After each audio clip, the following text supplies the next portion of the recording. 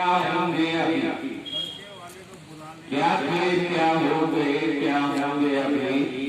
आओ मिलकर के विचारेंगे समस्याएं करेंगे। ना समझेंगे तो रोना पड़ेगा, नर्क में फिर खोना पड़ेगा।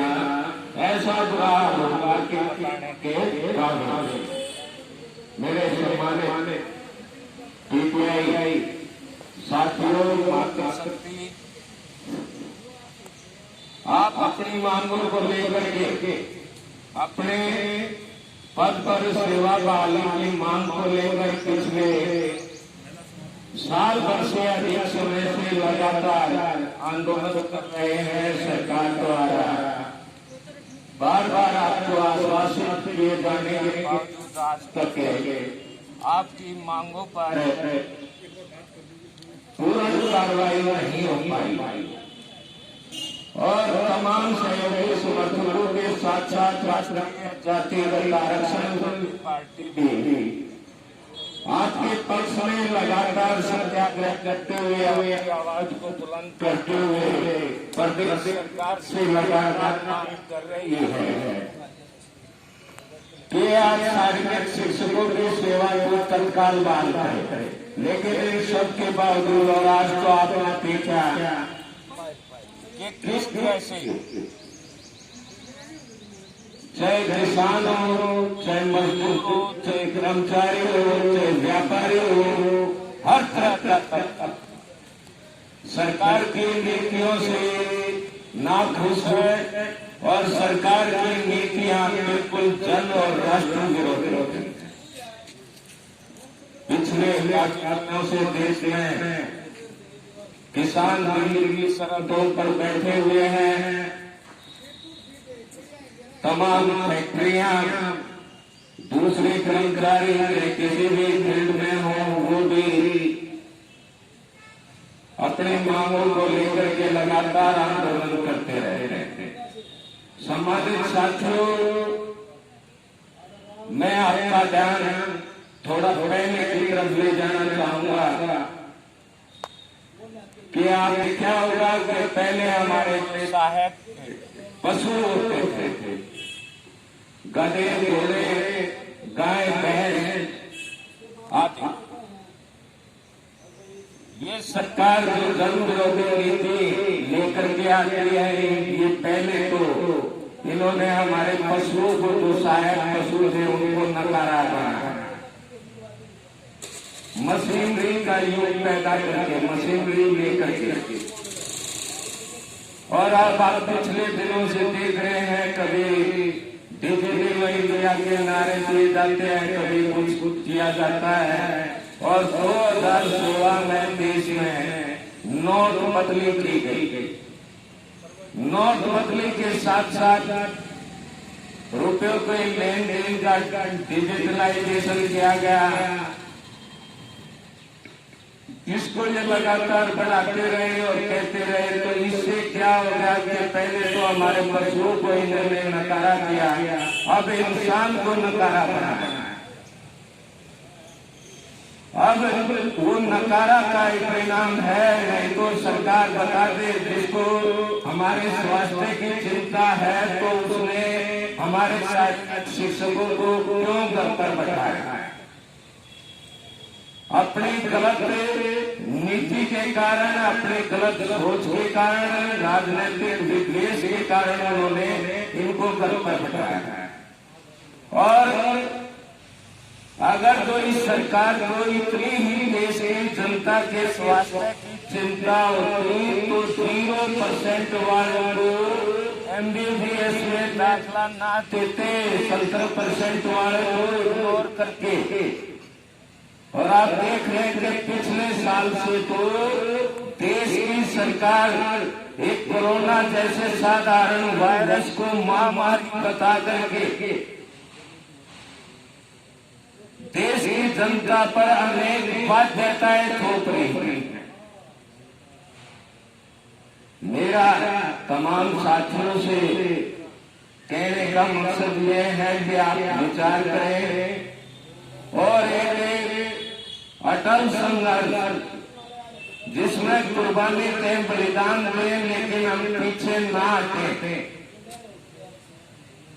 हम अपने जीवन की सच्चाई को समझें, अपने अधिकार को समझें। बिल्कुल अभी पहले यहाँ पर हमारे जो सम्मानित कामरेड थे उन्होंने बताया किस तरह से सरकार कैसे क्या करनी है। वो अंदर मिलने गए तो वहाँ पर जो सरकार के आदमी थे, सरकारी संगठनों से संबंधित जो व्यक्ति थे, उनकी आओ और बताते हुए को 1-1.5 घंटा बताया। इन सब नीतियों के खिलाफ हमें एक अटल संघर्ष करना पड़ेगा, और जिसकी तैयारी राष्ट्रीय जातिगत आरक्षण विरोधी पार्टी कर रही है।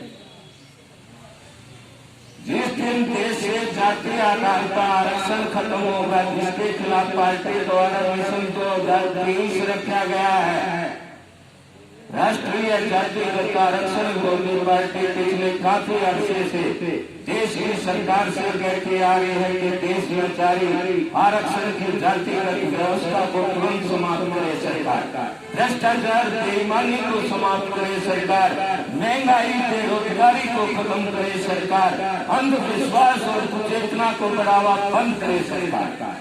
लेकिन देश की सरकार है कि देश की जनता को जाति के नाम पर, धर्म के नाम पर, चरित्र के नाम पर लगातार बांटते हुए बेरोजगारी और महंगाई को लगातार बढ़ा रही है।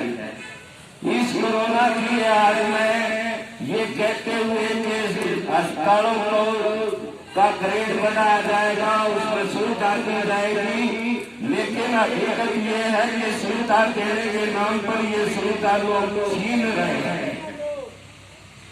पहले हमारे जो किसी को भी हम बीमार होते तो देखो को करके हॉस्पिटल में चले जाते थे और एक विश्वास था कि हमारा इलाज होगा।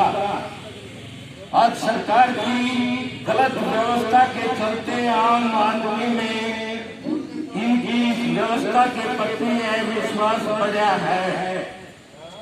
आज आम आदमी अपने स्वास्थ्य को लेकर अस्पताल में जाते हुए मिल रहा है। क्यों? क्योंकि सरकार जो है वो कोरोना के नाम से उनकी हत्या कर सकती है और कर रही है।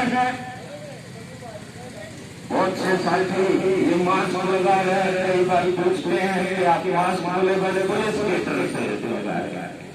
बताओ आप पुलिस का उससे भी मत वो डर आप निकालिए, जब तक वो आप में डर रहेगा। आप सरकार की तमाम व्यवस्थाओं का विरोध करिए, आप जीतिए, आप मरना चाहिए, तब जाकर के आप जीत पाएंगे। हमारी प्रदेश सरकार से पुरजोर अपील है कि पिछले वर्ष से आंदोलन कर रहे शारीरिक शिक्षकों की मांगों पर तत्काल अमल कार्रवाई करते हुए शारीरिक शिक्षकों को उनकी सेवा पर तत्काल बहाल करे सरकार। जो कर्मचारी मजदूर, फैक्ट्रियों के मजदूर, विभागों के कर्मचारी, व्यापारी और किसान अपनी मांगों को लेकर के आंदोलन कर रहे हैं, उनकी मांगों पर तत्काल अमल कार्रवाई करे सरकार। अन्यथा राष्ट्रीय जातिगत आरक्षण विरोधी पार्टी अपने मिशन 2023 के तहत सरकार की जन विरोधी नीतियों के खिलाफ देश की राजधानी दिल्ली सहित पूरे देश में निर्णायक सत्याग्रह आंदोलन करेगी और राष्ट्रीय जातिगत आरक्षण विरोधी पार्टी के कार्यकर्ता कुर्बानी देंगे, बलिदान देंगे, लेकिन जातिगत आरक्षण को बर्दाश्त नहीं करेंगे, महंगाई बेरोजगारी को बर्दाश्त नहीं करेंगे, अन्याय शोषण को बर्दाश्त नहीं करेंगे, अंधविश्वास कुचेतना को बर्दाश्त नहीं करेंगे, आतंकवाद नक्सलवाद को बर्दाश्त नहीं करेंगे। जो जिस धैर्य के साथ, विवेक के साथ पीटीआई साथी, दूसरे साथी अपने अधिकारों की आवाज को लगातार बुलंद कर रहे हैं, इस इसके लिए राष्ट्रीय जातिगत आरक्षण विरोधी पार्टी तमाम साथियों का हार्दिक आभार व्यक्त करती है और इन द्वारा किए जाने वाले चलाए जा रहे लोकतांत्रिक अहिंसक और शांतिपूर्ण आंदोलन का पूर्ण समर्थन और इसमें भागीदारी करती है। भारत माता की जय हो, भारत माता की जय हो। हमारी मांगे पूरी करो, पूरी करो, पूरी करो, मांगे पूरी करो, पूरी करो, पूरी करो, की सेवा बहाल करो, बहाल करो, बहाल करो, सरकारी व्यापारियों का शोषण बंद करो, बंद करो, बंद करो।